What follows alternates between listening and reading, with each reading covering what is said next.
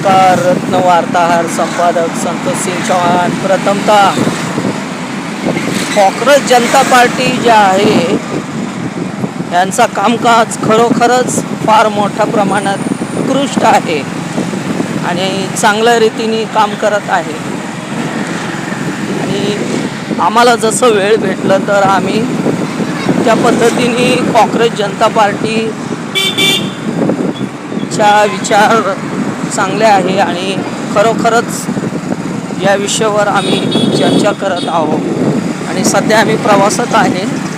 माझ्यासोबत आहे मेजर साहेब, हे ड्रायव्हिंग